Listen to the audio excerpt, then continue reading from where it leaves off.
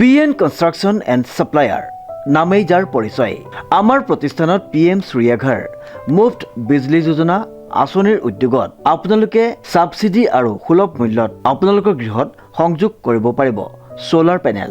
গতিকে আজিয়ে আহক আমাৰ শ্ব'ৰুম BN কনষ্ট্ৰাকশ্যন এণ্ড ছাপ্লায়াৰলৈ আৰু সকলো ধৰণৰ ইলেক্ট্ৰিকেল সামগ্ৰীৰ লগতে লৈ যাওক সোলাৰ পেনেল আপোনাৰ গৃহলৈ।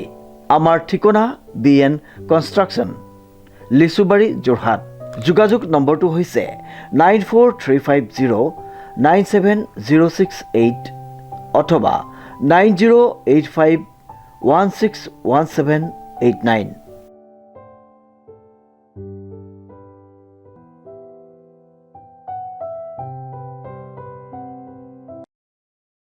যোৰহাটত উন্মোচন হৈ যায় গৱেষক পণ্ডিত প্ৰভাত চন্দ্ৰ দাসৰ পাঠ সমীক্ষাৰ কীৰ্তন ঘোষা আৰু নাম ঘোষা। নিউজৰ ৰিপৰ্ট। যোৰহাটত উন্মোচন হ'ল গৱেষক পণ্ডিত প্ৰভাত চন্দ্ৰ দাসৰ পাঠ সমীক্ষাৰে কীৰ্তন ঘোষা আৰু নাম ঘোষা। উল্লেখযোগ্য যে যোৰহাটত এক আধ্যাত্মিক পৰিৱেশত উন্মোচন কৰা হয় বিশিষ্ট গৱেষক পণ্ডিত প্ৰভাত চন্দ্ৰ দাসৰ পাঠ সমীক্ষাৰে কীৰ্তন ঘোষা আৰু নাম ঘোষা গ্ৰন্থ। সেই অনুসৰি যোৰহাটৰ মহাপুৰুষ শ্ৰীমন্ত শংকৰদেৱ কলাকৃষ্টি গৱেষণা কেন্দ্ৰৰ প্ৰেক্ষাগৃহত অনুষ্ঠিত হোৱা উক্ত বিশেষ গ্ৰন্থ উন্মোচনী অনুষ্ঠানৰ মুখ্য অতিথি হিচাপে উপস্থিত থাকে গ্ৰন্থখনিৰ উন্মোচক মহাপুৰুষ শ্ৰীমন্ত শংকৰদেৱ বিশ্ববিদ্যালয়ৰ উপাচাৰ্য ডক্টৰ মৃদুল কুমাৰ হাজৰিকা। পৰিষদৰ সভাপতি মানিক চন্দ্ৰ দত্তৰ সভাপতিত্বত অনুষ্ঠিত হোৱা উক্ত বিশেষ অনুষ্ঠানত ডক্টৰ বিষ্ণুৰাম হাজৰিকা, ডক্টৰ ৰিমজিম বৰদলৈ, যোৰহাট জিলা সাহিত্য সভাৰ প্ৰাক্তন সভাপতি ভৱ গোস্বামী, অধ্যাপক তুফেন জিলানী প্ৰমুখ্যে বিশিষ্ট ব্যক্তিসকল উপস্থিত থাকে। আনহাতে অনুষ্ঠানত আদৰণি ভাষণ প্ৰদান কৰে অধ্যাপক বিষ্ণুৰাম নাথে। আনহাতে অনুষ্ঠানত নিজৰ মনৰ অনুভৱ ব্যক্ত কৰে প্ৰভাত চন্দ্ৰ দাসে। ভাষা সংস্কৃতি আৰু শংকৰদেৱ গৱেষণা পৰিষদৰ তৰফৰ পৰা আপোনালোকক ধন্যবাদ জ্ঞাপন কৰাৰ লগতে অসমবাসী ৰাইজৰ কাৰণে আমি কৃতজ্ঞতা জ্ঞাপন কৰিছোঁ। আমি আচলতে সৌভাগ্যৱান বুলি ভাবিছোঁ নিজকে যে আজি 5 বছৰীয়া আমাৰ এটা পৰিকল্পনা অন্ত পৰিছে। ভাষা সংস্কৃতি আৰু শংকৰদেৱ গৱেষণা পৰিষদৰ তৰফৰ পৰা প্ৰথম কাৰ্যসূচী হিচাপে লোৱা হৈছিল যে অসমত চলি থকা যিসমূহ শাস্ত্ৰ, এই শাস্ত্ৰসমূহৰ পাঠ সমীক্ষা কৰা হওক। আৰু প্ৰথম কাৰ্যসূচী হিচাপে কীৰ্তন ঘোষাক আমি পাঠ সমীক্ষাৰ কাৰণে আগবাঢ়িলোঁ। পাঠ সমীক্ষা এনেকুৱা এটা পদ্ধতি যাক আচলতে টেক্সচুৱেল ক্ৰিটিচিজম বুলি কয়। আপোনালোকে দেখিব যে অসমত যিবিলাক শাস্ত্ৰ, মহাপুৰুষসকলৰ যিসমূহ শাস্ত্ৰ প্ৰচলিত হৈ আছে, এই শাস্ত্ৰসমূহৰ মাজত কোনো ধৰণৰ মিল নাই। আপুনি বৰগীতেই হওক, নামঘোষা হওক, কীৰ্তন হওক বা বিভিন্ন ধৰণৰ শাস্ত্ৰসমূহ হওক, আপুনি দেখিব যে ইয়াত সম্পাদক সকলো মানে যাৰ মন যায় সিয়ে সম্পাদনা কৰিব পাৰে। ইয়াত কোনো অথৰিটি নাই, তাৰমানে আমাৰ শাস্ত্ৰসমূহৰ কোনো কৰ্তৃত্ব নাই। এই ব্যৱস্থাটো আচলতে আন ধৰ্মীয় যিবোৰ শাস্ত্ৰ, সেইসমূহ যদি আমি লক্ষ্য কৰোঁ সমান্তৰালভাৱে দেখিম যে সেই শাস্ত্ৰসমূহৰ আকাৰ ইকাৰ কোনো এডাল ইফাল সিফাল কোনেও কৰিব নোৱাৰে বা সম্পাদনাও কোনো কৰাৰ অধিকাৰো নাই। তেওঁলোকৰ মানে কৰ্তৃত্ব আছে বা অথৰিটিটো আছে। আমাৰ দুৰ্ভাগ্যৰ কথা যে অসমৰ শাস্ত্ৰসমূহৰ কোনো ধৰণৰ সেই অথৰিটিটো নাই।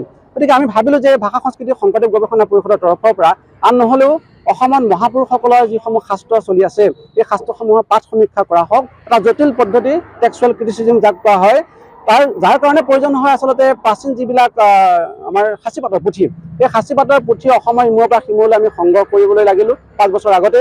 তাৰপিছত আমি দায়িত্ব অৰ্পণ কৰিলোঁ আমাৰ পণ্ডিত প্ৰভাত চন্দ্ৰ দাস ডাঙৰীয়া, গুৱাহাটী নিবাসী এতিয়া। আচলতে শংকৰী সাহিত্য ভাষা সংস্কৃতিৰ এজন পণ্ডিত প্ৰভাত চন্দ্ৰ দাস ডাঙৰীয়া আমাৰ লগত আছে আৰু তেখেতে এই পাঠ সমীক্ষা পদ্ধতিটো সুন্দৰৰূপে আয়ত্ব কৰি লোৱাৰ পাছত আমি তেখেতক এই দায়িত্বটো অৰ্পণ কৰিলোঁ যে প্ৰথম কাৰ্যসূচী হিচাপে আপুনি আমাৰ কীৰ্তন পুথি আৰু ঘোষা পুথিৰ পাঠ সমীক্ষা কৰি দিয়ক। আমি অতি সোনকালে ৰাইজৰ মাজলৈ যাতে এখন বিজ্ঞানসন্মত পুথি উলিয়াই দিব পাৰোঁ, এই কথাটো তেখেতৰ ওপৰত অৰ্পণ কৰা হ'ল। আজি আমি সৌভাগ্যৱান, ইতিমধ্যে এই পুথিভাগ আমাৰ উন্মোচন হৈ ওলাইছে।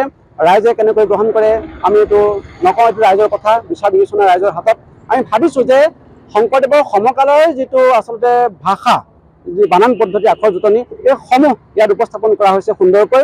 আপোনালোকে দেখিবলৈ পাব সেই সময়ছোৱাই এটা ভাষা আমি উপস্থাপন কৰিবলৈ সফল হৈছে যেন লাগিছে আৰু আজি আমি ৰাইজৰ মাজলৈ মুকলি কৰি দিছোঁ।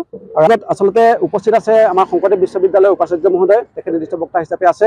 তাৰ লগতে আছে আমাৰ সভাপতি হিচাপে মানিক চন্দ্ৰ দত্ত ডাঙৰীয়া আছে, সব্যসাচী মহন্ত আছে, গড়গাঁও মহাবিদ্যালয়ৰ অধ্যক্ষ মহোদয় আছে, তাৰপিছতে ব্ৰিজমোহন হাজৰিকা আছে, আমাৰ চিকেবি কমাৰ্চ কলেজৰ কাষৰে অধ্যক্ষ মহোদয় আছে, কেইবাজনো বিশিষ্ট ব্যক্তিৰ উপস্থিতিত আমি গ্ৰন্থভাগ উন্মোচন কৰিছোঁ আৰু পদাধিকাৰ মহোদয়ক মাতিছিলোঁ। আমাৰ আচলতে আমি সকলোকে, আমাৰ উন্মোচক কোনো নিৰ্দিষ্ট উন্মোচন নাই, আমাৰ নিমন্ত্ৰিত সকলো ব্যক্তিকে আমি উন্মোচক হিচাপে ৰাখিছোঁ, উন্মোচক মণ্ডলী হিচাপে ৰাখিছোঁ।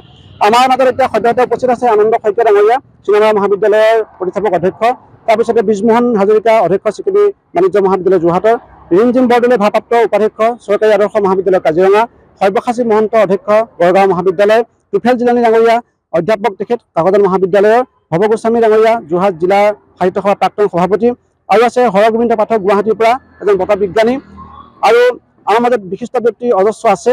তেখেতসকলৰ উপস্থিতিত আজি আমি সকলোৰে মানে আমাৰ উন্মোচক মণ্ডলী আছে, উন্মোচক মণ্ডলীয়ে আমাৰ অনুষ্ঠানটো এতিয়ালৈকে চলি আছে। গ্ৰন্থ উন্মোচন ইতিমধ্যে সমাপ্ত হৈছে। পুথিভাগ আচলতে ভাষা সংস্কৃতি শংকৰদেৱ গৱেষণা পৰিষদৰ হাতত ইতিমধ্যে আছে। তাৰ জৰিয়তে তেওঁলোকে কণ্টেক্ট কৰিলে পাব, যোগাযোগ কৰিলে পাব। আৰু ইতিমধ্যে আমি ব্যৱস্থা কৰিছোঁ যে যোৰহাটৰ যিখিনি বিপণী আছে, গ্ৰন্থ বিপণী আছে, সেই গ্ৰন্থ বিপণীসমূহত আমি বিতৰণ কৰিম বুলি ভাবিছোঁ। শ্ৰীমন্ত মাধৱ বৰুৱাৰ ৰিপৰ্ট, নিউজ নাও।